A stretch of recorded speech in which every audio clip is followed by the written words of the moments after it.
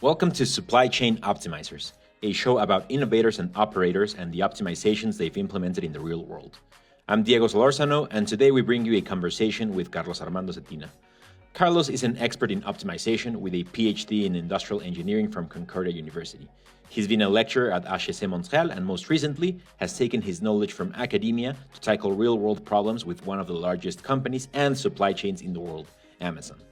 Carlos works with the Amazon Scott Group, and he's here to tell us all about what's it like to implement optimization at Amazon scale.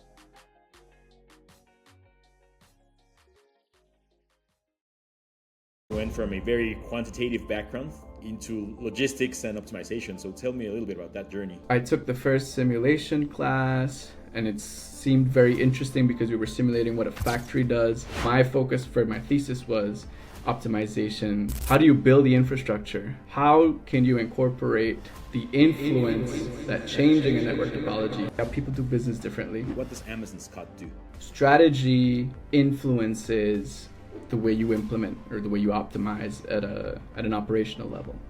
Chat a little bit about your general background, right? Sure. You studied applied math, right?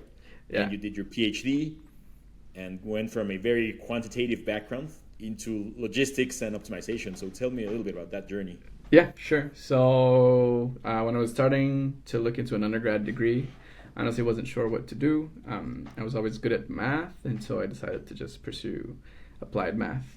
At the beginning, it was very abstract, working on mathematical logic, proofs of, calculus, real analysis, this type of things. But then in my last year, I ran into optimization through a course that I took. This was, the program I was on was actually a new program and was focused a lot on applied math and computers. And so the intersection of that, like by default, involves OR. And so I took the course, which was Operations Research and Simulation. Right. And the two professors there were just wonderful professors, Professor Juan Diaz and Dolores Luna. Mm-hmm. So I took the first simulation class, and it seemed very interesting because we were simulating what a factory does and looking at how the distribution of different demand or different production rates impacts the final product. So this was something that was mathematically could be described very elegantly, but at the same time has some real implication versus something like measure theory, which has some implication in real life, but it's a lot more abstract and it's a longer path to get to that. And then the second class of that course was Operations Research, which was optimization. And so I took that course. Those two initial classes were enough to get me very excited about this. Unfortunately, this was like the last course of my undergrad. And so what I ended up doing was signing up for a master's degree that focused on industrial engineering, where optimization was going to be the main focus, optimization and operations research. And so I did that. I studied a lot of, it was a broad master's program.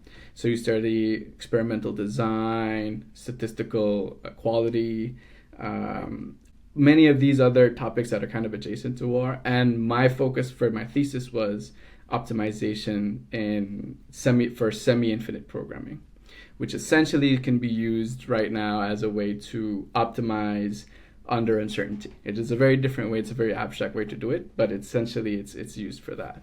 And so I finished that, and I ended up having to because of personal reasons, had to earn some income. So I worked as a consultant for a couple of years, but I was still looking to learn more about, optimization and operations research. And so I applied to a PhD program, to several of them, and got accepted at one of them, which was under the supervision of Juan and Lolita's student, who was a former student. He was now a professor here in Montreal. And then I transitioned here into Montreal. And then once I came here, I started working on even more concrete than before, optimization problems that were focused on network optimization.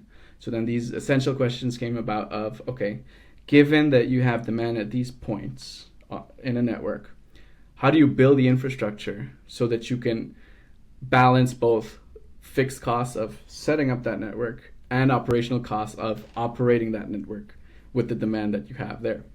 And so my particular contribution to the literature was, well, if you make 2 points closer to each other, let's say you build a road, or imagine now there's a Concorde flight that is cheap and very fast to go to Europe. You're eventually going to change the demand because you're going to have more people actually interacting and moving from one place to the other. And so my contribution to the academia and to the science was, how can you incorporate the influence that changing a network topology has on demand into your actual design demand? So it's like you're thinking of, I'm going to optimize the network to match demand, but I'm also thinking of the future of how, as I build, this actually changes the way that demand happens throughout. And so that was my thesis topic for my PhD. So this particular problem, when poses an optimization problem, it's very difficult to solve. So computationally, there's some work that needed to be done. So in my postdoc, I did some theoretical work and computational work on, okay, how do I actually solve these problems at scale?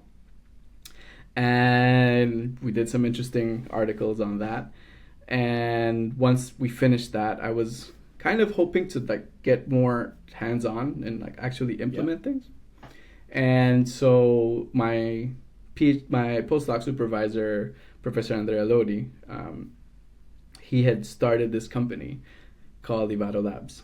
And the kind of the niche or the value prop of Ivado Labs is we're combining state-of-the-art academic research into actual industry applications with Canadian companies and international companies under the guidance of some of the best engineers, consultants, and scientists in the world.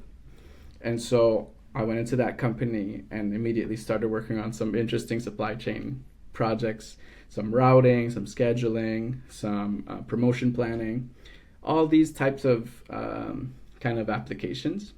Yeah. And because itself was a consulting company, we did many projects at the same time. So imagine like a McKinsey type of environment where you have multiple projects, you have multiple clients, you're learning a bit how people do things differently.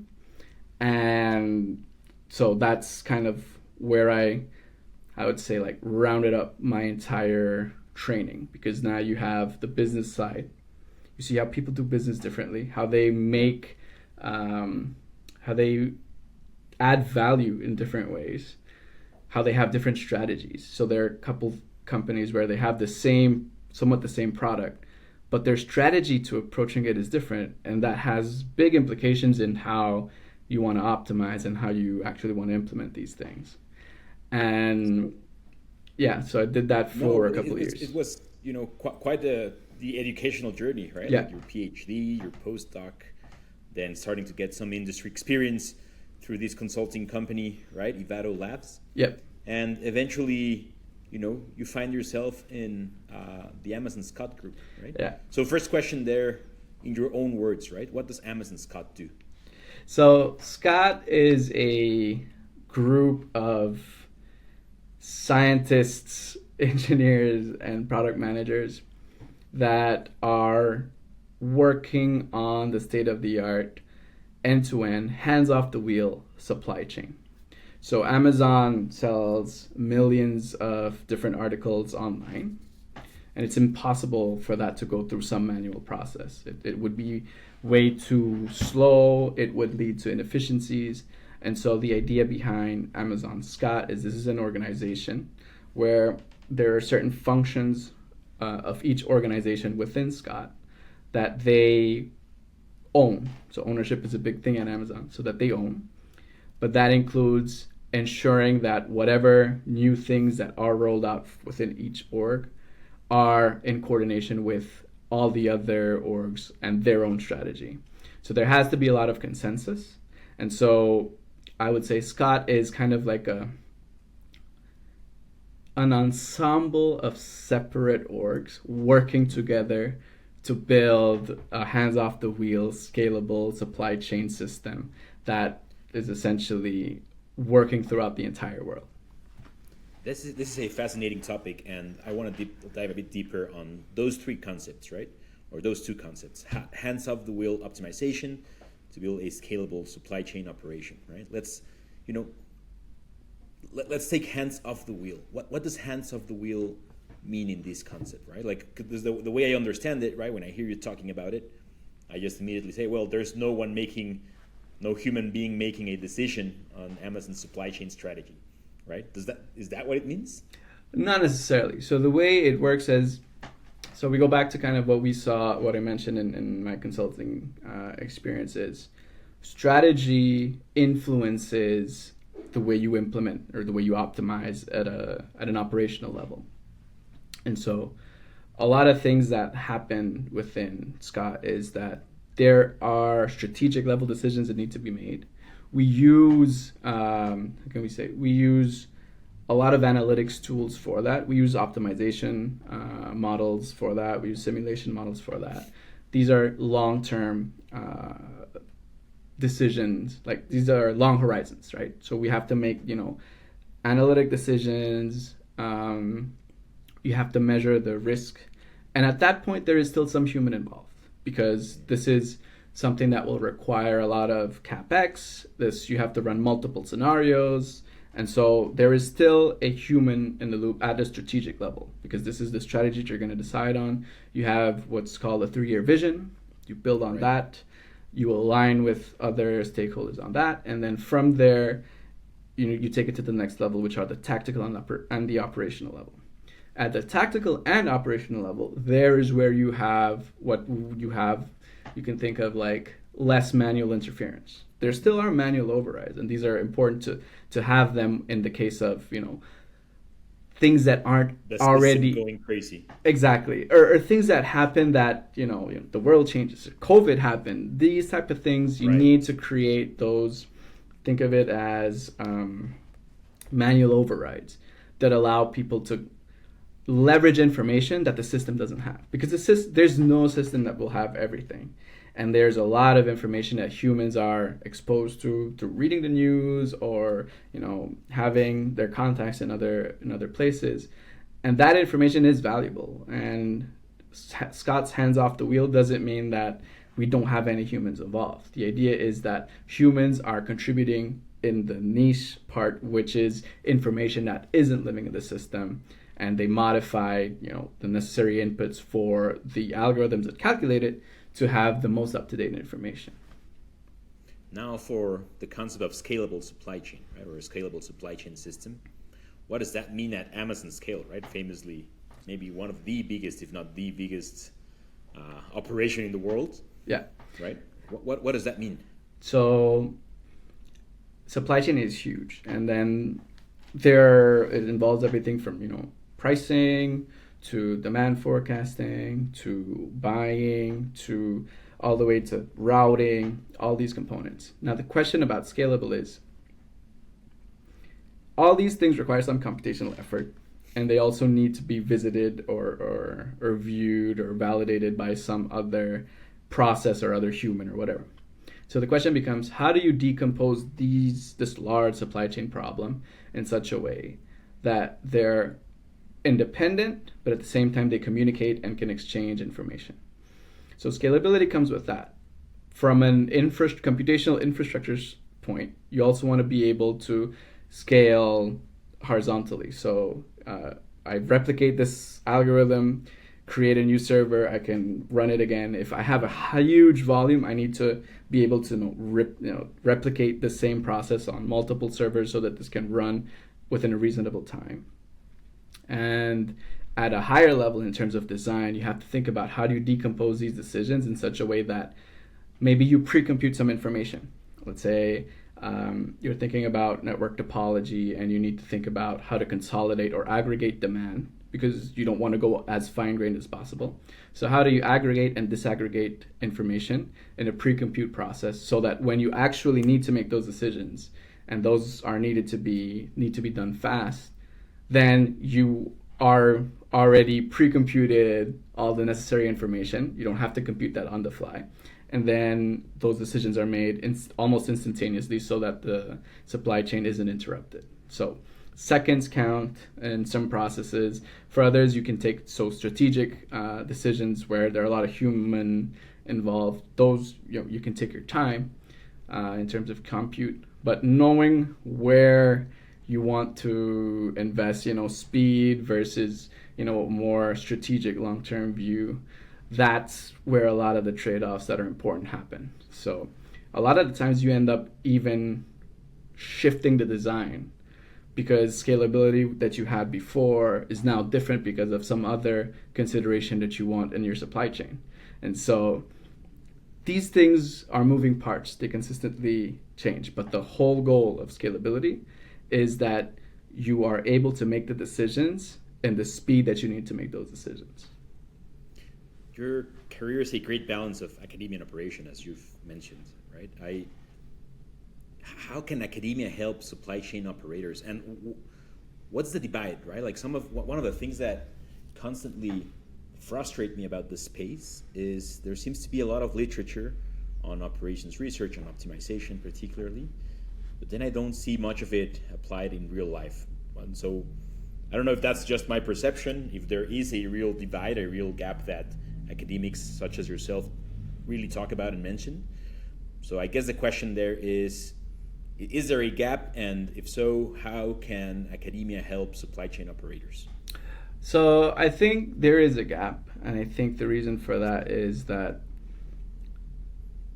oftentimes the motivation behind academic papers and literature is often publications. And publications are motivated by, the prestige of different journals and stuff like that. And so a lot of the times they don't come from some industrial at scale or industrial setting. So the academic literature focuses on complexity somewhat. So for you to publish in a prestigious journal, there has to be some level of complexity.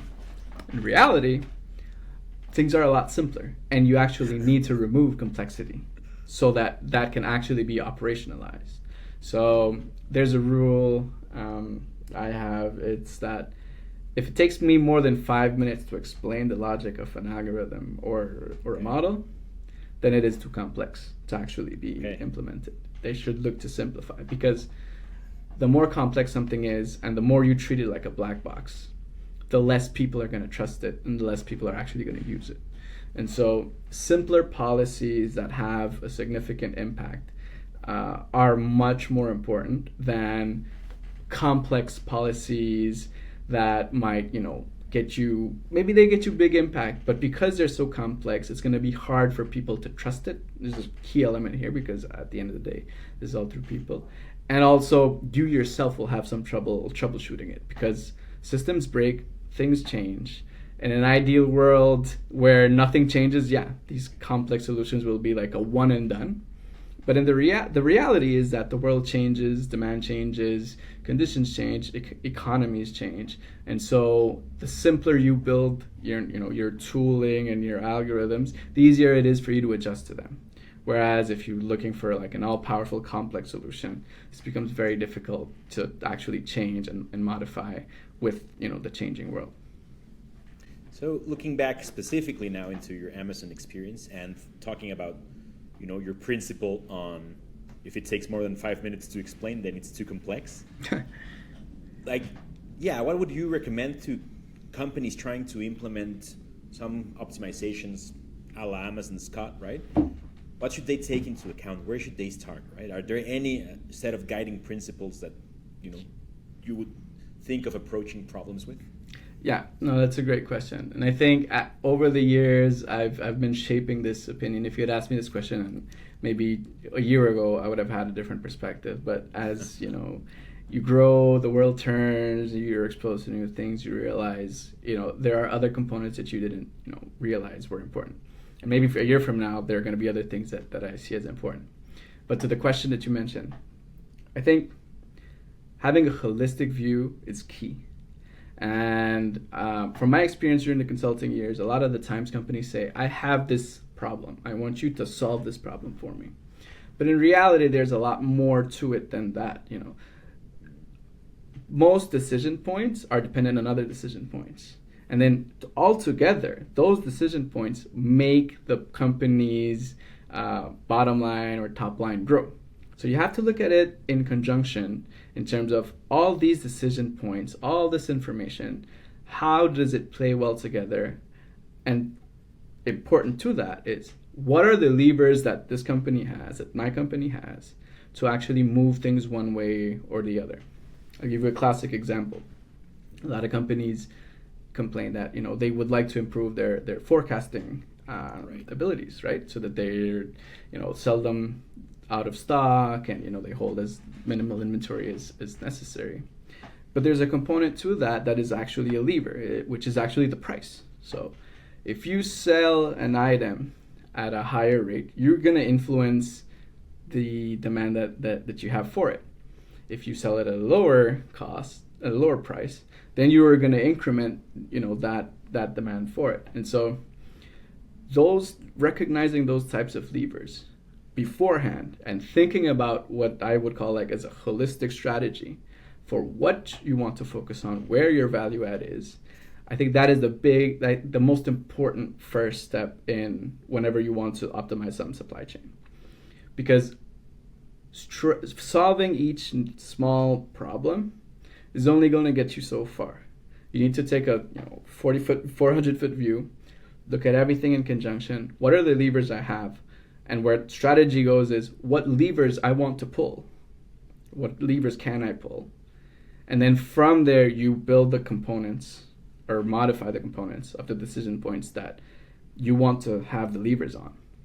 Then you're setting up for success. But if you look at, I have this problem, this small ordering problem here, and then on the other hand, I'm consistently out of stock here, but you're not looking at, okay, I'm out of stock here because I'm ordering too little here and not planning the logistics to get it to the right place, then you're not going to solve anything. You need to take a high-level view.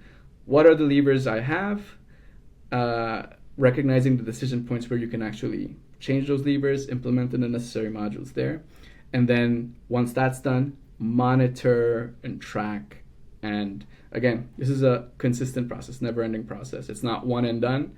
You need to monitor, you need to modify, things change, conditions change, even the levers might change. So you have to constantly be vigilant and make sure that your supply chain is aligning to your strategy. You are also, Carlos, a bit of a LinkedIn influencer, right? You publish a lot of very interesting operations research and optimization posts on LinkedIn. So I want to switch gears a little bit to some of the things that you've published on LinkedIn that I found interesting, right? One recent post you mentioned about how companies don't need to behave like Amazon to solve their problems. I found that very interesting, right? Can you elaborate? What do you mean you shouldn't behave like Amazon, right? I see Amazon as this very aspirational company, right? My thought would be everyone should aspire to be like Amazon, yet you say the contrary. Yeah. What is that about? So it goes back to the same idea of strategy. Amazon's strategy has always been and probably always will be the everything store. That's the value add of Amazon. If you go to Amazon right now and you look for a bumper for a Jeep 2016, you're going to find it. And it's going to tell you how it's going to get it to you. So Amazon's strategy has always been find a way to get everything to the customer, and we're going to handle everything else. Now, most companies that are not operating with that strategy don't need to have the systems that allow them to do that type of value add to the customer. So Amazon is consistently thinking about how do I get these things closer to the customer in the fastest way possible and in the cheapest way for myself. And because of their scale, they're able to make trade-offs amongst, okay, maybe going back to the bumper, this bumper is going to cost me a lot to deliver to their house, but I'm going to compensate it with the other things that are much cheaper for me to actually ship out, or I'm making huge profit margins on. And so they're able to make those trade-offs and compensate one thing with the other. Now, most companies are not shooting for that type of business. Amazon, as far as I know, is one of the only businesses that is doing this everything store concept at scale all over the world, not only in the US, but all over the world. And so that's where the post comes from. These systems are built for that, for a strategy that aligns to that business outcome.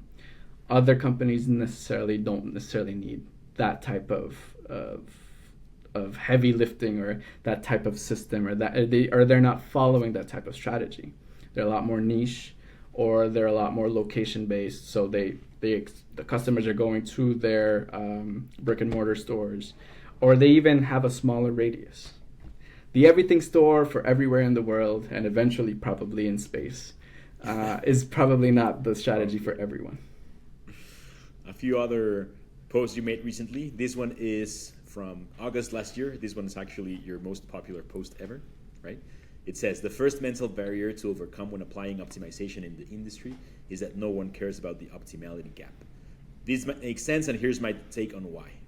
This model is an approximation for a business decision problem because it inevitably needs to make simplifying assumptions such as scope, finite horizons, deterministic parameters, and cost approximations to be amenable to solving. That's, a lot of words, so do you mind explaining? Yeah. So I'll give you the simple example. The simple phrase. All models are wrong, but some are useful. Okay. Now, explain. Because under the pretense, or under the assumption that all models are wrong, then solving the model to prove an optimality, which is a big thing in academia. You want to show that you've solved this particular instance to prove an optimality. Doesn't generate necessarily more value than if you solve it heuristically, or if you solve it with less constrained assumptions, without proving optimality. And so it is next to impossible for you to capture real life, because real life is unknown, stochastic, highly volatile. So an optimization model, and actually the concept of the optimality gap, comes from deterministic optimization, where you've formulated something into a deterministic optimization model, and then you can provably see that this is the optimality gap between one thing and the other.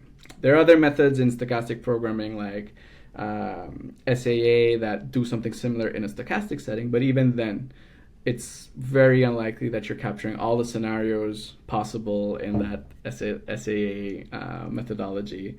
So removing that focus from optimality to practicality is where I think a lot of these things add value in real life. And again, so it comes back to that gap between academia and the real world, where it does. You want to remove complexity in the real world versus you want to add complexity in the academic world. Exactly. It's kind of this. It's actually the same thing. And so I didn't realize. So it's funny you mentioned LinkedIn influencer. Actually, right. It's kind of my way of venting about certain things I realize myself. Right. So I had this moment where this was kind of like opened up my mind when I realized it. I realized this a long time ago. You were adding a lot of complexity to your way of thinking. Exactly. And I've have a little notebook where I have a lot of these things that I realized over the course of my career.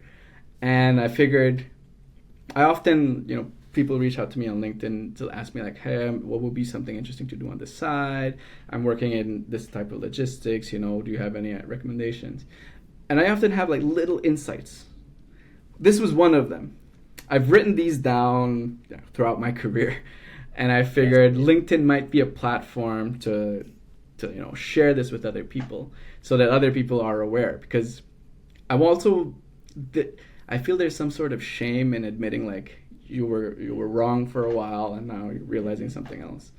The goal of sharing this is people can, think about it, reflect on it a while, even before they, continuously, make those mistakes. And so it's kind of my way of sharing a bit of the knowledge I've gained over the years to other people. Journey. But it's surprisingly, people find it interesting, at least. hey, like, don't leave us like that, right? What's some other realization, right? Like one or two more, or three more that, yeah, I wish people knew. I guess it's also a way of asking, what common mistakes do operators do, right? Maybe it has something to do with your realizations. Yeah, and I've accumulated mistakes all over the place, right? So I don't have my book here, actually. I have it in the office, but it's all over the place. Notes. I've been, the official notebook. Yeah. It's all over the place.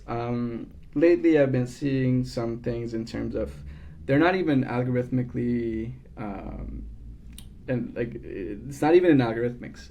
Something as simple as, and I think I posted this already, I'm not sure.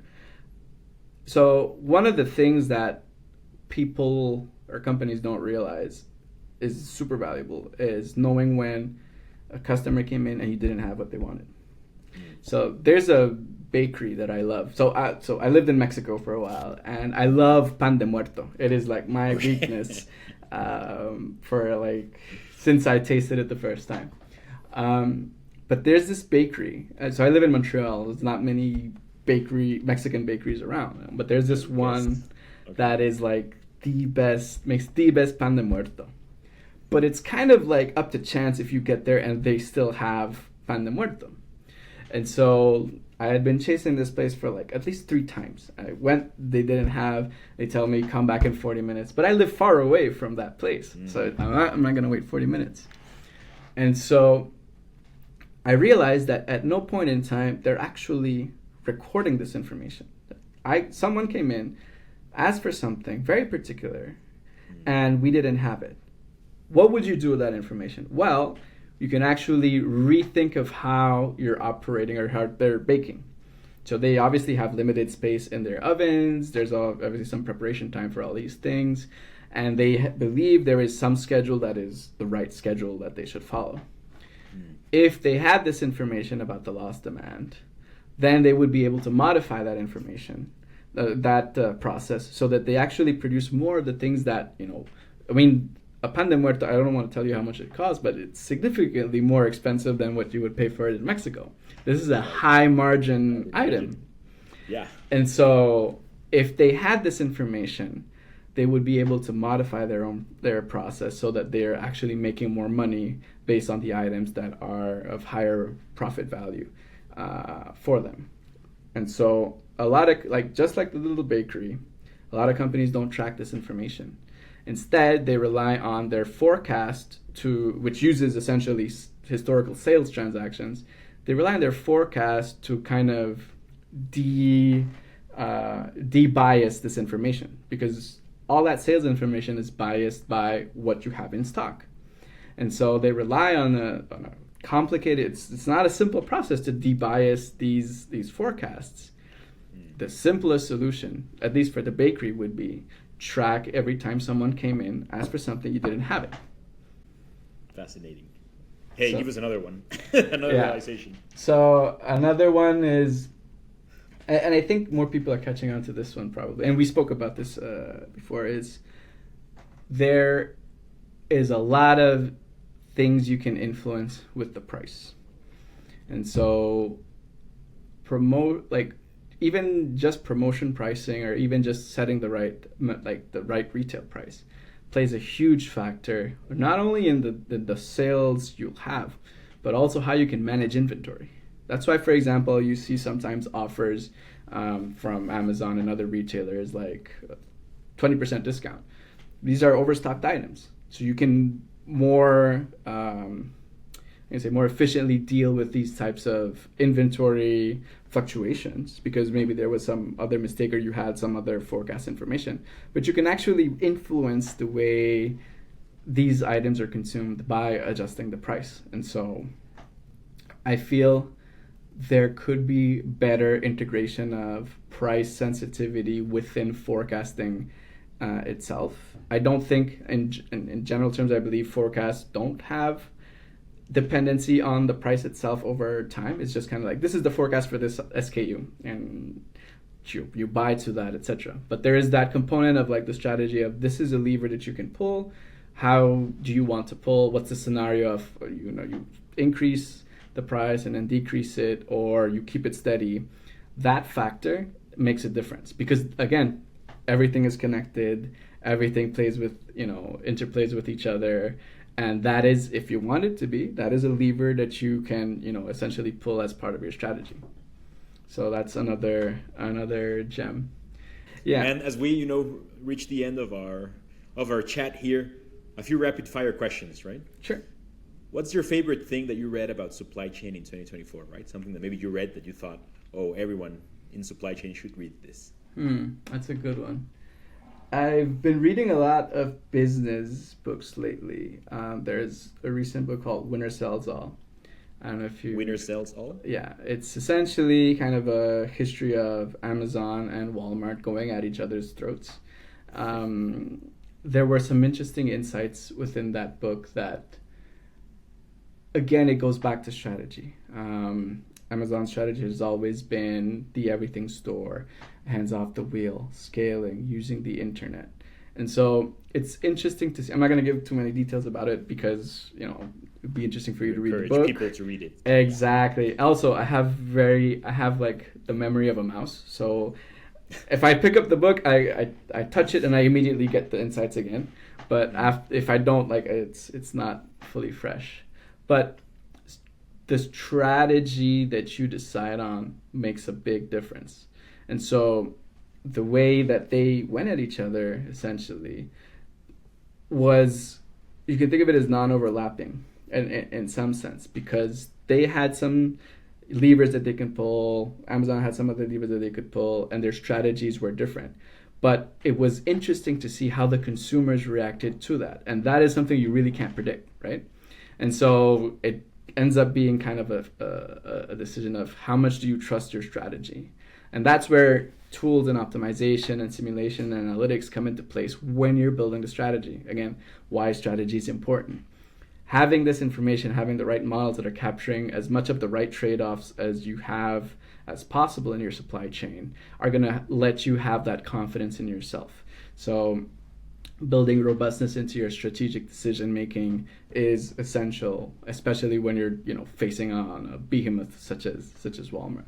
So that is one of the books that I think is interesting. It's not directly in supply chain, but it is really interesting.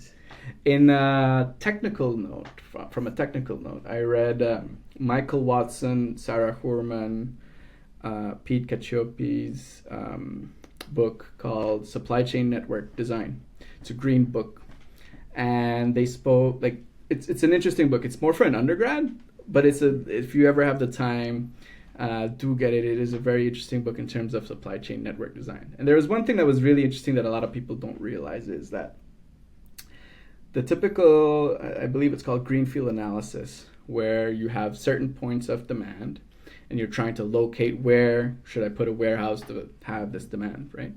And there's simple rules that you can do to decide where that is. You can minimize the average coordinates. So you sum the coordinates, divide by the difference, etc. But there's one simple algorithm that when you do it, and it's really well known actually, you're not actually minimizing the distances. You're actually minimizing the squared of the distances, which can be lead you to a different decision than if you're actually doing the distance. So if you have time, check out that book. Look at that chapter on, I believe it's greenfield analysis, and it was kind of like a gotcha, right? Because these were these simple rules that a lot of people implement because they're simple as well. Again, in implementation, you look for simplicity, but it's actually theoretically not correct. But they mention, and I believe them, it hasn't been actually called out in the literature. So that was an interesting find for me. Perpetuating mistake. Yeah, exactly. Yeah, kind of like everyone takes it as a given, and that's it. Your boldest or a bold prediction for the next 12 months in supply chain? So I don't know if it's going to be a prediction because I am already seeing it. I think there's going to be a lot more focus on somewhat agentic AI. And that can go, this is very vague, but it can be along the lines of some RL methods, which are they're not the typical optimization method where there's a clear input output and the relationship. It's simply there's just some learning pattern from that. It's kind of like a mixture of ML and OR, but it could go from that type of framework to more agentic in terms of some LLM that is going to be able to handle and master some component of your supply chain that you can interact with. So I believe that's going to be one of the keys there. That can lead to two things, especially if they go through the LLM route. It's going to be a lot more explainable, interactive for a user. So right now, if you go to most demanded planners right now and you tell them, okay, what would happen if this happens? Like you ask a simple what if analysis. It's going to be a pain for them. They're going to have to look at, changing that information in the input, etc.